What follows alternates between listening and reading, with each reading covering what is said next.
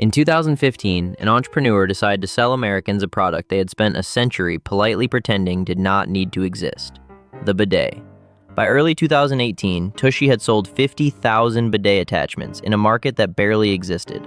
The product was simple, the historical entry price was low, and the early sales showed there was demand. Most Americans still saw bidets as weird European bathroom fixtures they would never install. The founder had built a working DTC brand around a product people were embarrassed to need, and the only way to grow was to make the embarrassment impossible to ignore. So Tushy stopped trying to make bidets respectable and started treating butts like a cultural movement. The company launched ButtCon, a ticketed event in New York where 350 people paid to attend panels, take selfies with toilets, and talk openly about bathroom hygiene. Press covered it, influencers posted it, and the strategy was becoming clear. Tushy was not selling bathroom hardware. It was selling permission to care about something you were not supposed to mention in public. This is the story of how Tushy used taboo humor, product simplicity, and one external shock to move bidets from punchline to purchase. You will see how the brand framed a boring upgrade as a cultural shift, how it used earned media instead of relying only on paid ads, and how a global toilet paper shortage turned a niche DTC joke into a mainstream home product. By the end, you will understand the exact conditions that let humor lower resistance when the product solves a real problem customers do not want to admit they have. Miki Agrawal founded Tushy in 2015 after receiving a bidet as a gift in 2012 and realizing Americans were spending money and creating waste by using only toilet paper. The product was simple, a bidet attachment that installed onto an existing toilet in 10 minutes, no plumber required. The basic model launched at $69. It was not a luxury bathroom remodel, it was an upgrade you could try without changing your entire house. And that simplicity mattered, because the real barrier was not price or installation, it was cultural. Most Americans associated bidets with European hotels and awkward travel stories. The category had no emotional permission in the US market. Agrawal had already learned this lesson once. Before Tushy, she had built Thinx, a period underwear brand that succeeded by making menstrual products visible in subway ads and retail conversations. She understood that some categories do not grow by being polite. They grow by being unavoidable. Bidets were exactly that kind of category. But there was a difference between making a product visible and making it buyable. Plenty of DTC brands had tried being funny on social media. Most of them got likes and lost money. Agrawal needed the humor to do more than entertain. It had to lower the emotional cost of clicking buy on a product most people had never seriously considered. So Tushy's early marketing did not hide the subject. It put butts, poop jokes, and bathroom honesty in headlines, product copy, and social content. The brand was not trying to be classy. It was trying to be impossible to ignore. And it worked, but only to a point. By 2018, the company had sold tens of thousands of units and built a base of customers who told their friends. But word of mouth has a ceiling when the product is still culturally weird. Most people were not ready to be the first person in their social circle to install a bidet. The question was whether humor could actually move the category into the mainstream or whether Tushy would stay a niche brand for early adopters and bathroom nerds. The company had traction, but traction is not scale, and scale required changing the way Americans thought about a product they had been ignoring for 100 years. Agrawal knew she could not do that with Facebook ads alone.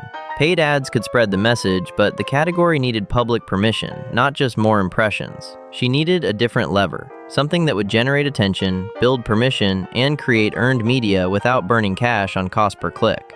That is when the brand decided to make the taboo physical. If people were embarrassed to talk about bidets online, Tushy would create a space where talking about bidets was the entire point. In August 2019, Tushy hosted ButtCon, a one-day event in New York that turned bathroom humor into a branded experience. Attendees paid for tickets. The venue had working toilets with Tushy bidets installed. There were panels on butt health, selfie walls shaped like bathroom stalls, and product displays next to Instagram-friendly setups. Vanity Fair covered it. The event was not designed to sell thousands of units that day. It was designed to create a permission structure. If you could attend an event called ButtCon and post about it, you could buy a bidet and talk about it at home. The event made the product social, shareable, and part of a cultural conversation instead of a shameful bathroom secret. It also kept Tushy in front of press and influencers without paying for traditional ads. Earned media was cheaper than Facebook, and the brand tone made it easier to pitch. Journalists wanted to write about ButtCon because it was weird and funny. Every article mentioned the product. That is the earned media arbitrage. When your brand is the story, you do not have to buy the placement. ButtCon proved the strategy could work at a small scale, but the brand still needed a way to reach people who were not reading Vanity Fair or following DTC Twitter. It needed a moment when the entire country would suddenly care about bathroom alternatives, and that moment came from a place no one expected. In March 2020, COVID-19 lockdowns caused a toilet paper shortage across the United States. Grocery stores ran out of stock. People panic bought. Suddenly, a product that had been a joke for 5 years became a practical solution. Wired reported that Tushy sales jumped to around 10 times previous weekly volume as consumers searched for alternatives. GQ published a bidet buying guide. According to Architectural Digest, Tushy had its first $1 million sales day that same month. The company did not create the shortage, but it had spent 5 years building a brand that was ready when the moment arrived. Competitors existed, but many had either positioned bidets as luxury items or avoided marketing them at all. Tushy had already made the product visible, accessible, and normal enough that when people needed it, they knew where to look. The product itself also removed friction. It was not a standalone bidet that required bathroom construction. It attached to the toilet you already owned. Installation took 10 minutes and did not need a plumber. The basic model was under $100. That combination, low cost, easy setup, immediate utility, meant customers who bought during the shortage could try the product without commitment, and the category stayed in the conversation. The pandemic turned a niche curiosity into a home upgrade people recommended to friends. First-time buyers had a reason to talk about the product. The category went from cultural punchline to normal purchase in the span of a few months. By 2023, design media was treating the bidet boom as a lasting category shift, not a temporary spike. Tushy had moved from joke brand to one of the most visible DTC names in a category it had helped popularize. The lesson here is not that every brand should use bathroom humor. The point is that when you are selling a product people are embarrassed to need, humor can lower the emotional cost of buying, but only if the product delivers immediately and the friction to try it is low. Tushy succeeded because the joke made the click easier and the product made the purchase worth it. The brand also benefited from timing it could not control. But timing only matters if you have already built the infrastructure to capture it. Tushy had 5 years of brand work, product simplification, and cultural reframing in place before the toilet paper shortage hit. When the external shock arrived, the company did not need to explain what a bidet was. It just needed to be in stock. The humor did not replace the product. It made the product possible to buy. And when the external moment arrived, the brand that had made bidets feel normal was the one that captured the demand. That is the answer to the earlier question. Humor works when it lowers the emotional barrier and the product removes the practical one. So here's the structure Tushy proved works when you are reframing a taboo category. You need a product that is cheaper and simpler than the legacy version. You need marketing that makes the embarrassment visible instead of hiding it. And you need to be ready when an external event makes your solution suddenly practical. Because the real insight is not that Tushy made bidets funny. It is that Tushy made them buyable.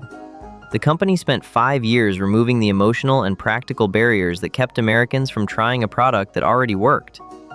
It used humor to lower resistance, events to build permission, and product simplicity to eliminate installation fear. And when the toilet paper shortage hit, Tushy did not need to explain what a bidet was or why someone would want one. It had already done that work. The panic just made the decision urgent. That is the DTC lesson. If you are selling something people need but will not admit they need, your job is not to make the product respectable. Your job is to make the need impossible to ignore. And sometimes, the fastest way to do that is to turn the embarrassment into the marketing. Tushy did not wait for the culture to accept bidets. It made the culture part of the product. And when the moment came, the brand that had been making butt jokes for 5 years was the one people remembered when the shelves were empty. Pick one of the 2 videos on screen and keep building.